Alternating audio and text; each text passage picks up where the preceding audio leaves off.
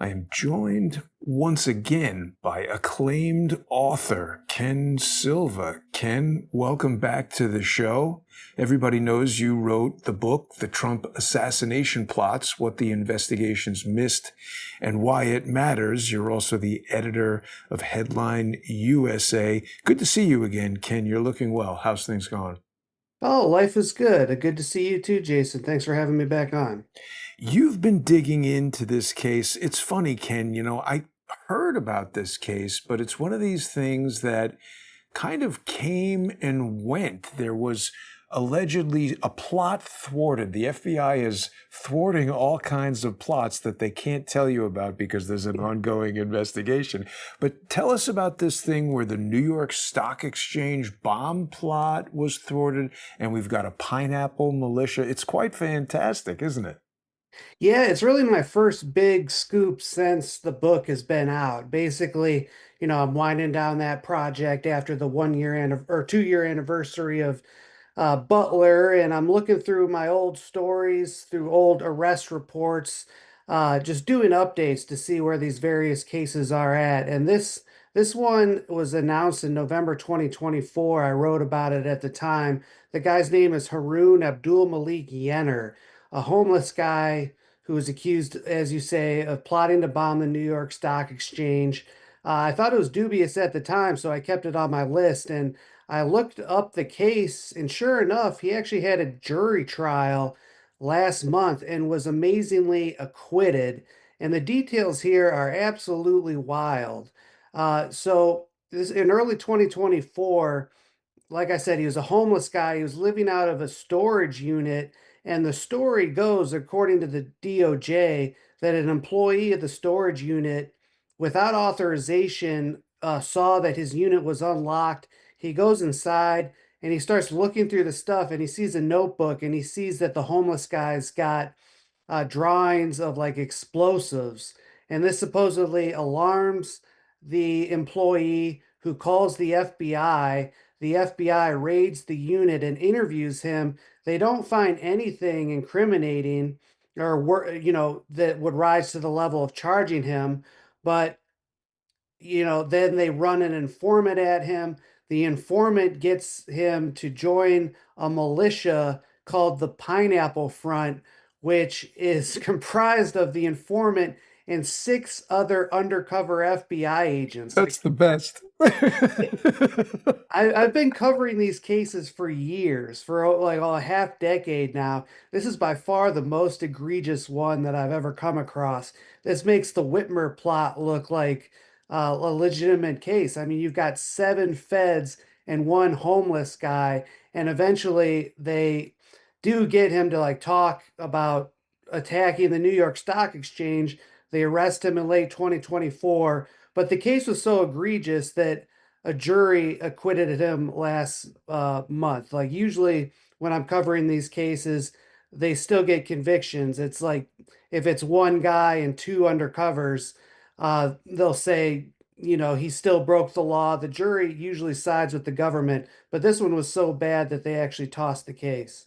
Amazing. But what we've learned from these other similar cases, you pointed out the Whitmer case, it doesn't seem like an acquittal is something that the government, I'm surprised they didn't select a 33-year-old guy, but maybe they got his birthday wrong. But it seems like they'll appeal this. And, we saw Adam Dean Fox was originally acquitted, wasn't he? And then they brought the case back. They're not going to let this go, are they? Well, they had it was a mistrial for Adam Fox's first trial. Ah. It was a hung jury. This one was straight. The jury ruled not guilty, so there's Hmm. nothing the government can do. Ooh. Although to your point, so when he refused to plead guilty right off the bat, they actually charged him with possessing CSAM, child sexual abuse material, Oh my God. and he still has a pending charge for that, which seems again pretty dubious to me. It's like he refuses to buckle and just take a plea deal with this dubious case, so they throw that on top. And that trial, he's going to trial for that next month. And his lawyers have filed a few things in related to the CP charge. Apparently, they're actually computer drawings or hand on his notebook. Again, he's drawing like, again, this guy's a crazy guy. He's a homeless guy. He's drawing pictures of like a gorilla doing acts with somebody that looks underage. Like, obviously, he's mentally unwell.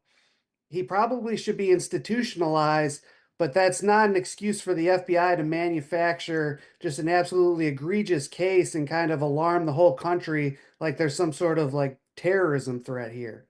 Well, I mean, beyond it being an egregious case, this fits the profile of essentially exactly the type of person that the FBI, look, I think you and I agree that these are cases that are set up by the FBI so that they can have headline after headline about how they've thwarted plots. I mean, you've just told us this guy was acquitted. When you put in his name and acquitted, look at what is coming up on Google. They're talking about him being arraigned. They're talking about him being arrested. They're talking, okay, so the third headline here is that he's acquitted, or the fourth headline. But most of it, CBS News, all of this is focused on he's being charged, he's being arrested. They don't boost it to the top that he's been acquitted. It's amazing how these details are, in my opinion, manipulated. Yeah, and I'm really surprised like The Intercept or an outlet like that hasn't dug into this case. I was the first one to report on these explosive details about, six undercover agents and an informant being involved. I mean, it seems like it should be right up the left's alley about the FBI inflating, the Islamic terror threat. I did have Right. one fairly big journalist reach out to me asking where he could find some of the court records. So I think we're going to see a lot more about this case as more records are released. I've filed a FOIA with the FBI for all records about the Pineapple Front. I intend to actually pursue that with a lawsuit. I think with this one, it's worth taking the time to sue for the records. And the trial transcripts haven't been released yet. Typically, they're available on Pacer, the online court system, about 3 months after a given hearing. That's when the transcripts will be available, and then I think we'll see even more uh, incredible details about what actually happened. So I'm going to follow this, and I guess I should also mention this. It wasn't even necessarily Islamic terrorism, though. It's bizarre. The guy is a Muslim, but there seemed to be some nexus with the far right that the FBI was trying to create. Keep in mind, this is in 2024 when the Biden FBI is still in charge, and apparently this Yenner guy told the undercover FBI agents that he previously tried to join the Proud Boys and the Boogaloo Boys, but they wouldn't have him because he wanted to be a martyr. So it's one of these really bizarre ones. Like, we've seen this in the past where they say like the Nazis are going to team up with the Islamists to like attack Jews or something like that. And I think that's kind of what they were trying to go for here, but they just had absolutely nothing. Just one mentally ill guy that they finally manipulated into charges that didn't withstand jury scrutiny. Now, is this him? This is the picture that comes up when you Google his name, and it even says No, Florida man. Right, he's not playing soccer. This looks like that's some. So what the hell is that? I've got one picture of him somewhere in one of my threads where after the owner or the employee of the storage unit reported him to the police, they actually put out a local police put out a be on the lookout order, a bolo, and it has his picture. He looks to be kind of maybe Dominican uh type, mixed race, Caribbean ethnicity, but a Muslim, Hmm. and he's from Oklahoma, but he went down to Florida and found himself homeless. And again, I don't even buy the FBI story that he first came on their radar because of the storage unit incident. Because he had previously tried to join the Proud Boys and the Boogaloo Boys in Oklahoma, I think he was on their radar the whole time, and they thought they had the perfect patsy to set up something more serious. And they just, despite their best efforts, they just couldn't get him to do anything.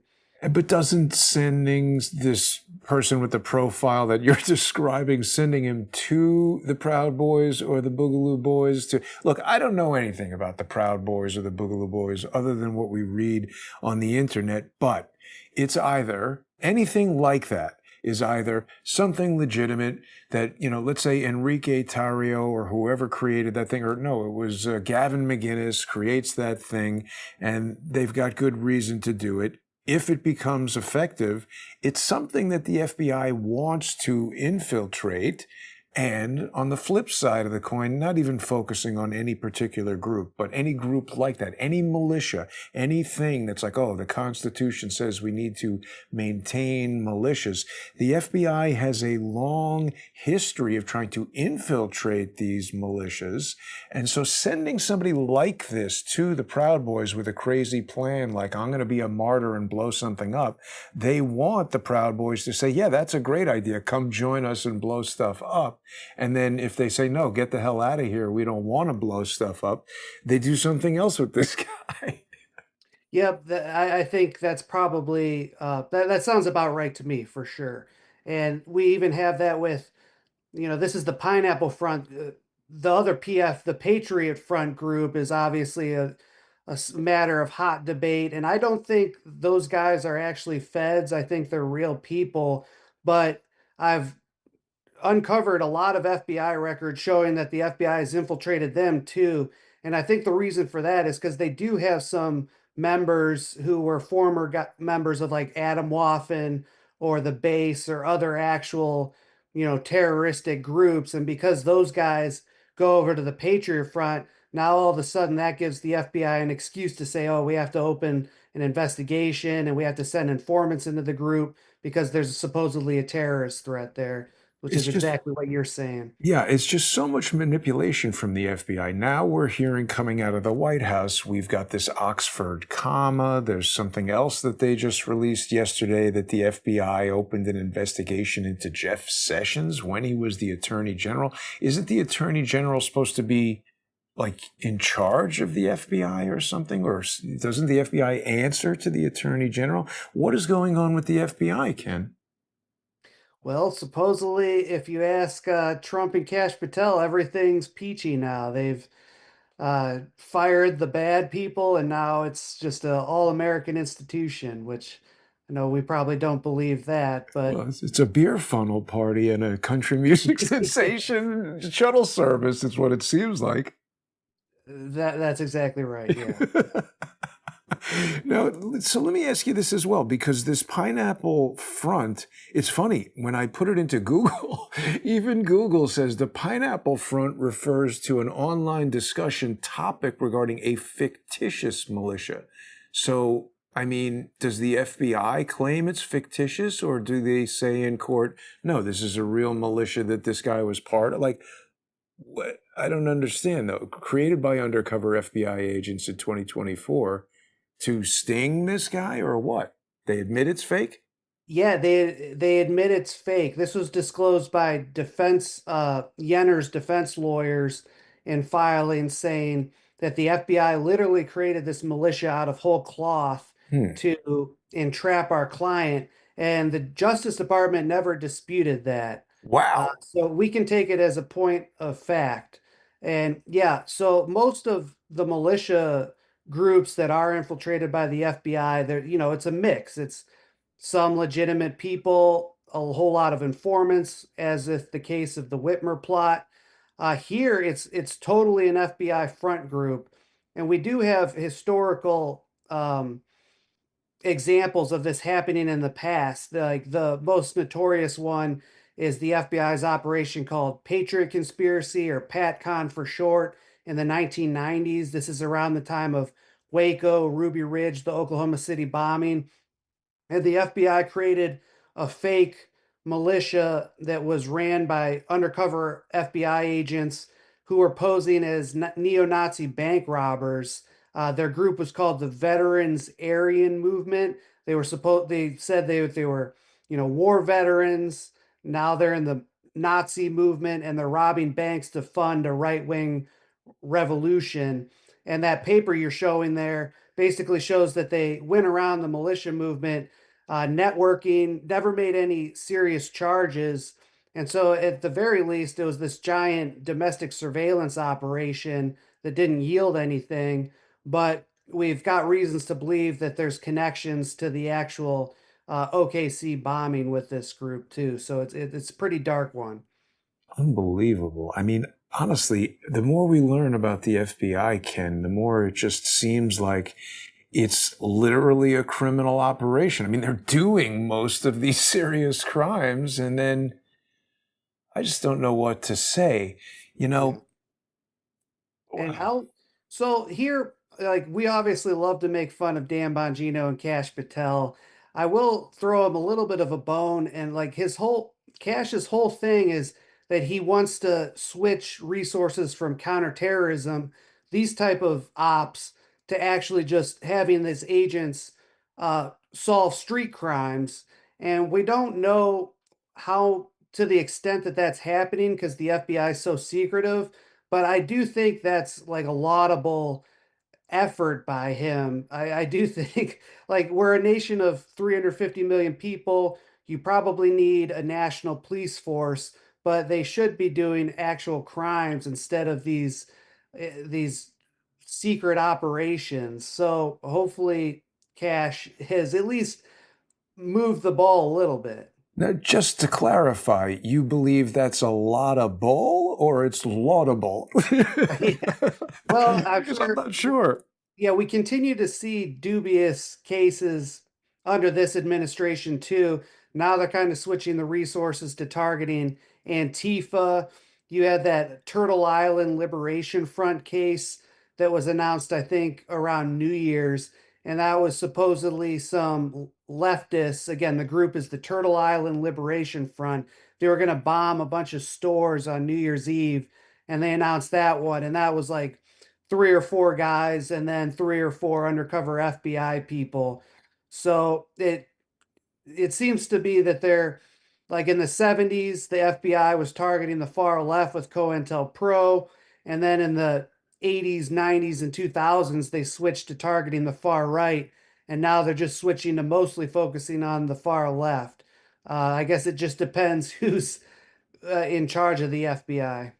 I like it that they call these things fronts. That might be a Yeah, very appropriate name. It's like giveaway, they're right? not that creative. Everything is a front. It's like Seinfeld where he's always Art Vandelay or it's a Corvalet. It's like the Yeah. same name every single time. It's totally unbelievable. Now wait, so you just said in the 60s and 70s they were targeting the left. There's a lot of interaction between the FBI and the Weather Underground, for instance. There was that guy who infiltrated the Weather Underground. I even interviewed a retired FBI agent. What's the guy's name? Uh, Oliver Buck Revell. Oh, really? Yeah, he was one of the guys who was involved in investigating. I mean, the thing that's so strange about the Weather Underground, I don't know if you're aware of this famous line from Bill Ayers, where, they were acquitted because it was determined that the FBI had illegally wiretapped them and recorded phone calls. And so the evidence was inadmissible and the case was dismissed. But as you brought up in the case of Adam Dean Fox or this guy, Yannick, whatever his name is, it seems like if they want to arrest someone, they just keep coming up. He's drawing pictures and that's somehow illegal. I mean, is this guy some kind of super artist where it's just like sketching gorillas and suddenly that's somehow, I don't know. But it seems like if they want to arrest you, they can. I mean, if they get these phone recordings that they can use against you, I'm sure they'll figure out a way to do it. And at the same time, they can use the same material to say, oh, well, this was unconstitutionally gathered, so we can let you go. It's almost like they can do whatever they want with whatever case they want. Yeah, and I think in the post 9/11 era, the FBI has a lot more leeway to, stretch the bounds of constitutionality, whereas in the 70s, you had a lot more robust civil protections. So I think that might be what's going on there a little bit too.